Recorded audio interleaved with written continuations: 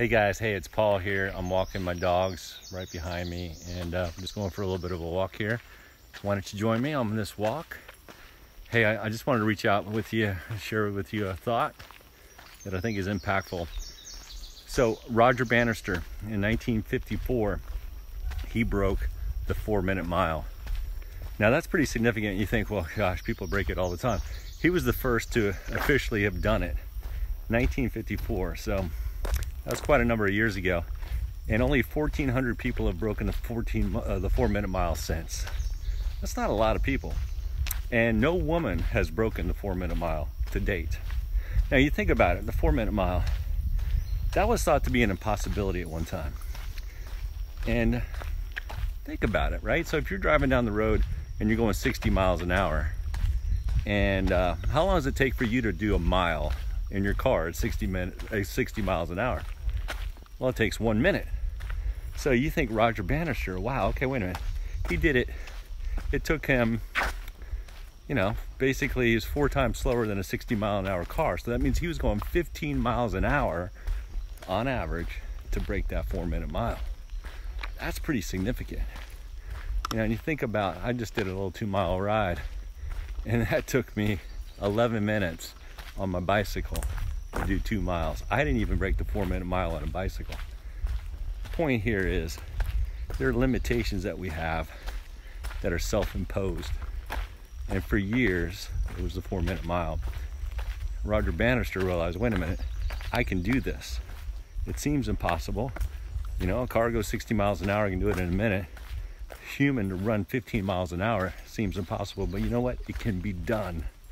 And he figured out a way to do it. John Lundy would follow shortly after. He was an American, and they both competed. He broke it after Bannister did, and then they competed in a race, and they both broke the 4-minute mile in the same race. Pretty awesome. Here's the deal. How did he do it? He broke it up in increments. He didn't look at it from the big picture like, oh, I got to break the 4-minute mile, because that seemed overwhelming. But what if he broke it down? What if I did this segment in this speed, and then this next segment in this speed, in this next segment in that speed? 4 segments, 4 times around the track. He figured out what he needed to do. And so once he mapped it out, it seemed easier. Like, wait a minute, this is a little bit more attainable. I can do this. It's possible. And he proved it to the whole world that he did it. All right, what do we got here? All right. So I'm trying to record with a new device here, so I apologize if this is not recording right. So the point being, guys, there's limitations that the world sets on us, and impossibility is subjective. People will tell you that it's impossible. You may even believe it's impossible. But when you start breaking it down, when you start looking at it from a different perspective, you know what? Impossibility is a myth. So I just wanted to encourage you today, wherever you're at, you may have some impossibilities in front of you, but try not to look at them as impossibilities. Look at how you can do it. Now, here's the other thing with Bannister. He realized he was trying to initially figure out how to do this perfect, like how to start perfect. But there's no perfect start.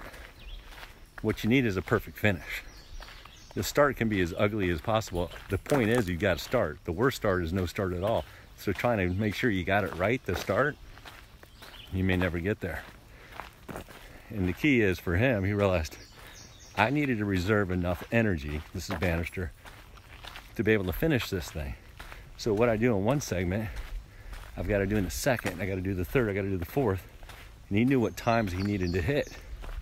And he knew he needed to keep some reserve in the tank to make it happen. And it was about how you finish. Now, in the book, Breaking Average, we talk about Bannister, but we also talk about the 1936 Olympic rowing team. And they figured it out too. It's how you finish. You got to start. You're not going to have a perfect start. A perfect start doesn't win a race. A perfect finish does. So get started. You don't have to know it all. Figure it out one step at a time, incremental, iterative. Go through it, learn. You're gonna fail a little bit, but keep learning. And before you know it, you'll be like the Wright brothers. You're gonna be making some breakthroughs. You're gonna be putting that airplane in the sky. That was thought to be an impossibility too, the Wright brothers. So, you know what? Limitations are out there. They're all self-imposed.